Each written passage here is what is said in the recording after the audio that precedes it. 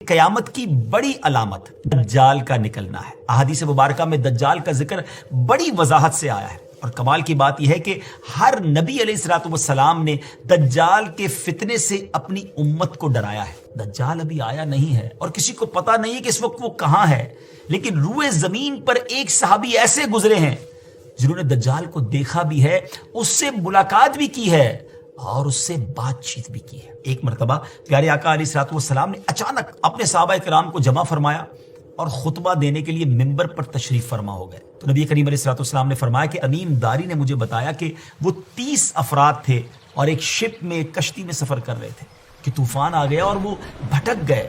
تقریباً مہینہ بھر وہ سمندر میں گھومتے رہے اور ایک دن سورج غروب ہونے کے وقت ایک نامعلوم آئلینڈ پر پہنچے۔ انہیں وہاں سیاہ رنگ کی مخلوق نظر آئی جس کے جسم پر بال بہت زیادہ تھے۔ انہوں نے اس سے پوچھا کہ تم کون ہو؟ اس نے کہا میں جاسوس ہوں۔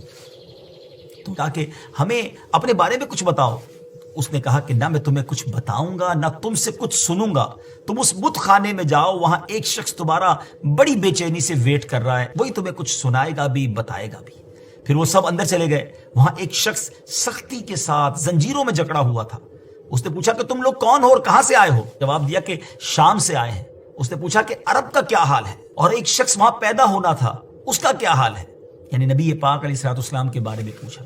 صحابہ کرام نے کہا کہ وہ اچھے حال میں ہیں اور ابتدا میں ان کی مخالفت ہوئی، مگر اب تو تمام عرب پر وہ غالب ہو گئے ہیں۔ اس نے کہا اچھا زغر کے چشمے کا کیا حال ہے؟ انہوں نے جواب دیا کہ وہ بھی اچھی حالت میں ہے، لوگ اس سے پانی پیتے ہیں، اس سے کھیتی باڑی بھی کرتے ہیں۔ پھر اس نے پوچھا کہ عمان اور بیسان کی کھجوروں کا کیا حال ہے؟ انہوں نے کہا کہ اس میں ہر سال پھل آتے ہیں۔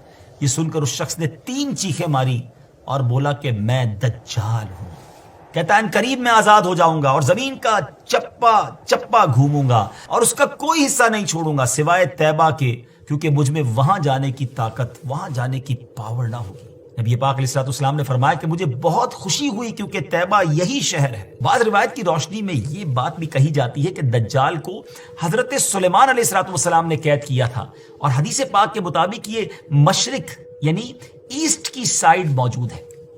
دجال کا فتنہ تاریخ انسانی کی ابتدا سے لے کر انتہا تک تمام فتنوں سے بڑا اور خطرناک فتنہ ہے۔ مختلف احادیث میں دجال کا جو حلیہ بتایا گیا ہے وہ یہ ہے کہ دجال ایک جوان مرد ہوگا، لمبا قد ہوگا، جسم بہت موٹا ہوگا، ایک آنکھ سے کانا ہوگا، اور ایک کانی آنکھ ایسی ہوگی جیسے پھولا ہوا انگور، اور جبکہ اس کی ایک آنکھ خون آلود ہوگی۔